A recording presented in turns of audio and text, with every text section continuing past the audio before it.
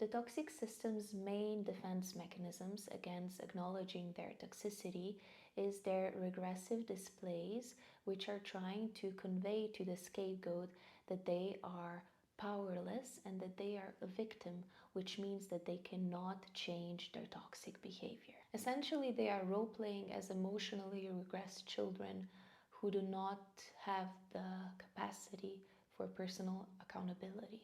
Well, actual children do not possess the capacity for personal accountability in the same way that an adult can.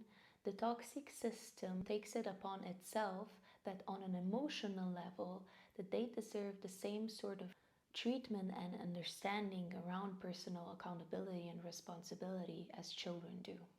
Well, in reality, they really might be operating, usually unconsciously, on emotionally regressive states of being. The difference is that children, both physiologically and psychologically, cannot have or did not yet develop the capacity for personal responsibility. While for adults, it's really up to us to acknowledge that our capacity for personal responsibility has been developed and that it's up to us to make it count, to really hold ourselves accountable for our behavior.